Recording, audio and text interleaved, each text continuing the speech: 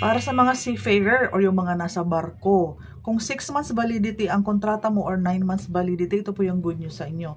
Accepting kami ng application for Pagsibol Village, Pampanga and Cavite, basta po ang binigay sa aming memo is valid ang kontrata mo hanggang October. Kasi kung filing kami ng June, July, August, September, October, dapat po valid pa po ang kontrata habang nasa loob siya ng 5 months na span habang nasa loob siya ni Pag-ibig at pinoprocess yung ating Pag-ibig housing loan. Bakit? Siyempre po, kapag nag-email kasi si Pag-ibig sa mga employer nyo, since seafarer po kayo, dapat ang reply nung mga employer po ninyo is still valid or still working ka. I-check lang naman ni Pag-ibig kung recently nakasampa ka sa barko, tama ba na ang expiry ng kontrata mo is ganitong certain month, ganyan lang siya. Ang maganda po kung nakabakasyon ka, pwede mo na akong i-contact. Ilalagay ko lahat ng details sa baba sa description box, and nasa wall ng nasa wall po ng aking YouTube channel, nandiyan po nakalagay ang aking messenger link para doon tayo mag-usap, or gusto mo WhatsApp. Mas preferred ko po kasi sa FB para mabilis po ang pag-follow up. Ngayon po, kung nasa Pilipinas ka, ongoing ang bakasyon mo, pwede ka na mag-fill out ng form. Ang gagawin lang natin, ang pinakakailangan ko lang na to follow, bakit magandang nakabakasyon ka? Kasi kapag nakabakasyon ka sa Pilipinas, kapag meet up natin, pwede mong fill outan ng form na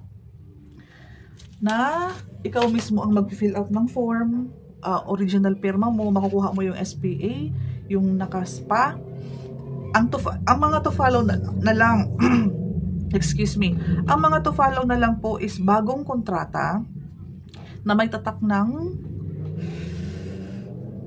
POEA, itinerary kapag meron ka na, exit and entry stamp sa passport, visa, POEA, balik manggagawa.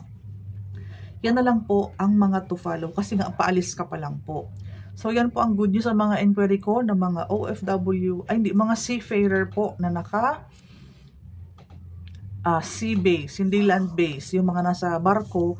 Kasi nga po, may mga kontrata tayong 6 months lang or mayroon tayong kontratang 9 months lang. Kailangan lang namin ma-clear na hanggang October ang expiry, or maganda yung kakasampa mo pa lang, yung kakaalis mo pa lang, or yung paalis ka pa lang. In the event naman na may naiwan kang SPA sa mga relative mo, sa asawa mo, at mga nakaredy ka na ng mga ID na may mga pirma, much better.